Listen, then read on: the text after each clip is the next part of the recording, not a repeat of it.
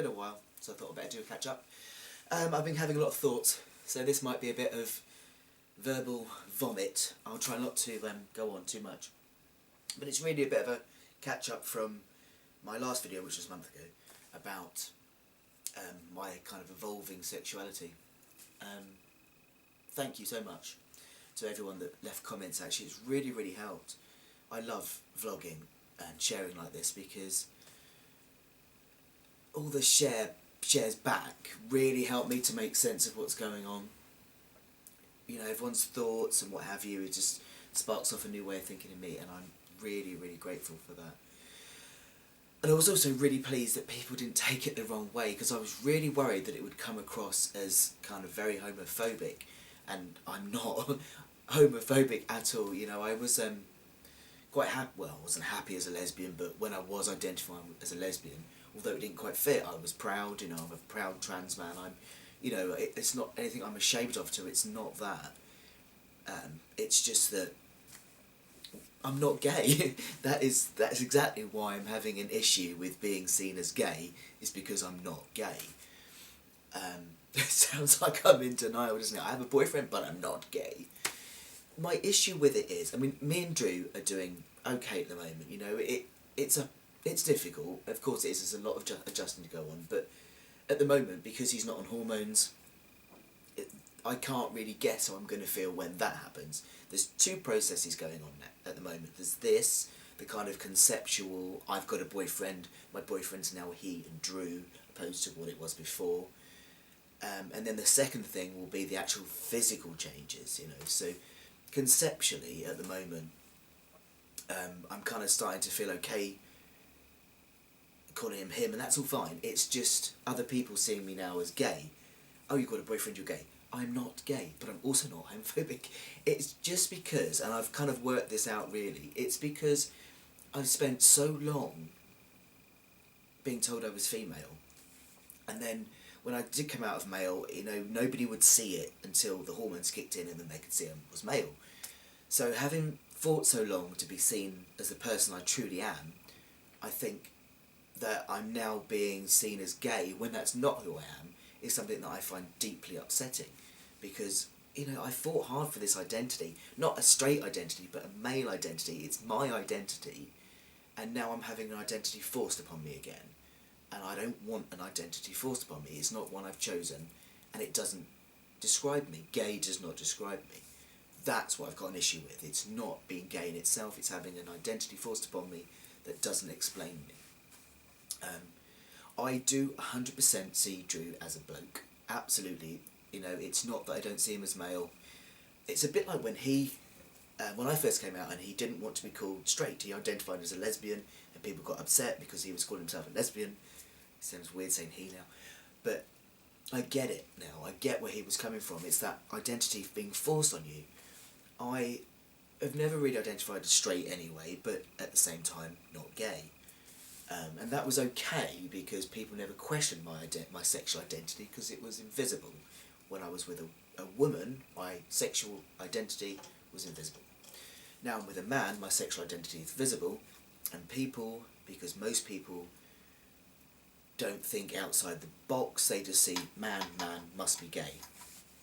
Wrong time to start cheering, young man. But gay does not describe me. So I had a wonderful email from a friend a couple of weeks ago that's got me thinking a lot, in good ways. I have always known, of course, that sexuality is on a spectrum of kind of gay, straight, bi, you know, and I've learnt that gender is on a spectrum, you know, through the process of discovering I was transgender. But now I discover that attraction is on a spectrum. Now, maybe this is nothing new to everybody else, and maybe I've just been living in the back and beyond and I've just not realised this, but I did not think of attraction itself as a spectrum. And it's helped me to really make sense of what's going on with Drew and I, because the idea of attraction, I mean, it is mostly talked about when it's kind of related with asexual, in that asexuals will have kind of like a romantic attraction or a sensual attraction or an aesthetic attraction. So it's kind of broken up like that, but there's also people that aren't asexual that use these different terms as well, and this much better describes me, because if I wasn't with Drew, I'd likely be with a woman, because when I'm looking around, when things pop into my eyesight, it is the female form that I'm sexually attracted to. That is what makes Mr. Happy be happy.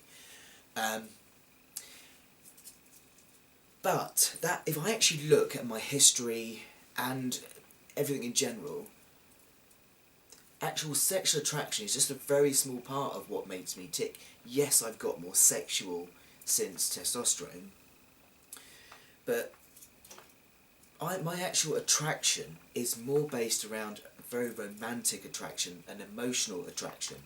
That's what makes me really tick. In fact, you know, if I look back at all my history, actual sexual attraction for me is quite short-lived, and what soon takes over after that initial kind of really excited to meet someone is a very deep emotional attraction, and that is what makes me tick.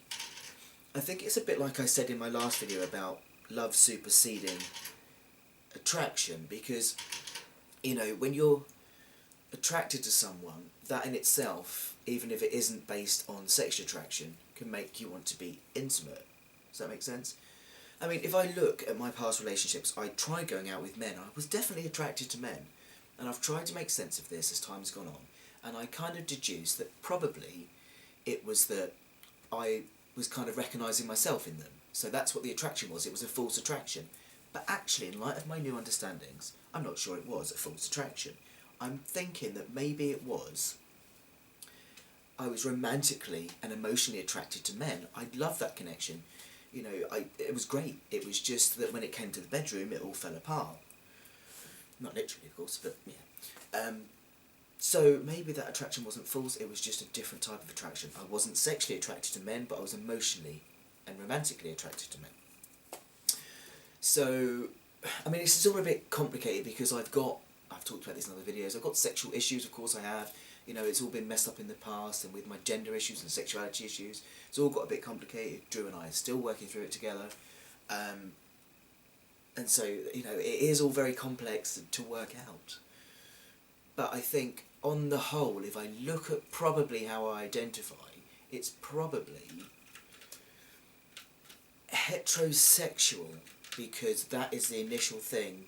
You know, I'm sorry I admit this, you know, looking at porn, yes, it's women I go to look at.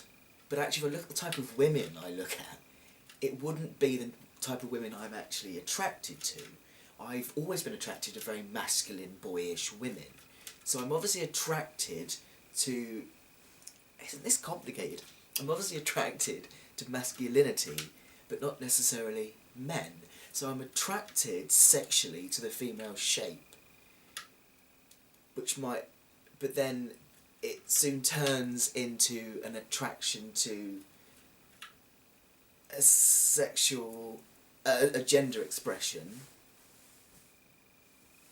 This blows your mind, doesn't it? So hang on. So yeah, I told you this was going to be a word vomit. So yeah, heterosexual, in that that's what attracts me, but probably bi romantic and bi emotional, because I'm definitely attracted to men and women in that way. You know, I look at Robbie Williams and I can imagine cuddling up with him. I wouldn't want sex with him, but I wouldn't mind having a bit of a smooch. You know, that'd be alright. God, it is so complicated. But also, trans men are different to straight men, no matter what you say they are. Because, not all trans men, of course, but I've been socialised as female, so I'm a softer man than most men. Not all, but most. Because I've learnt to be in touch with my emotional side and what have you. The same as Drew. Drew's very masculine. He was always masculine. I even commented very early days in our relationship how male his energy was. So...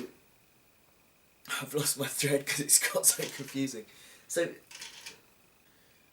as you can see, this has given me a lot to think about. At the end of the day, it really doesn't matter. What matters is, I'm in love with Drew, and it's working.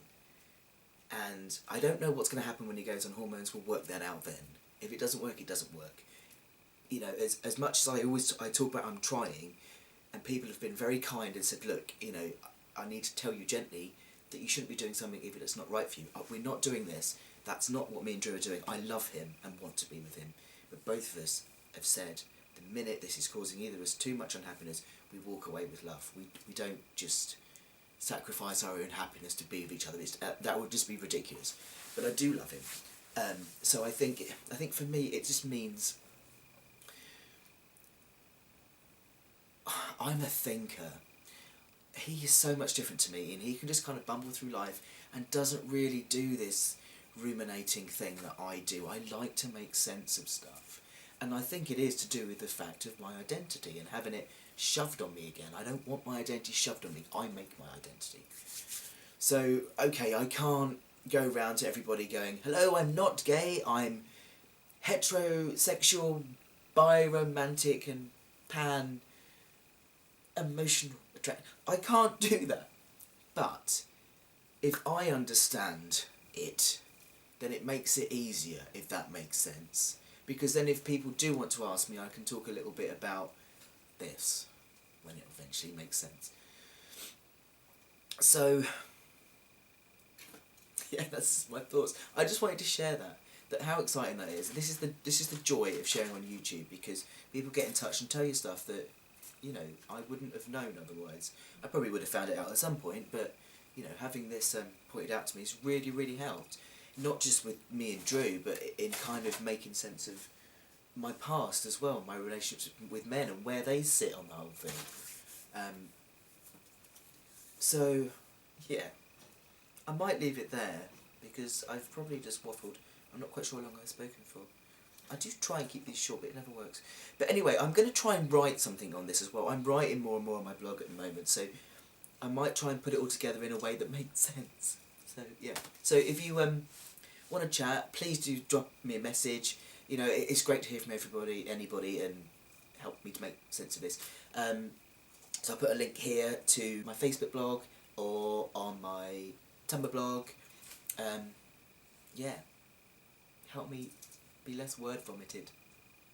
But yeah, thank you so much everybody, and it's a lovely work in progress. As scary as this is, as mad as this is, as much as I didn't bargain on this happening, how wonderful that in Drew discovering his self, it's opening up new things on my journey of finding myself. So, always something to be grateful for. Thanks for listening if you got to the end of that. Cheers everybody, see you soon.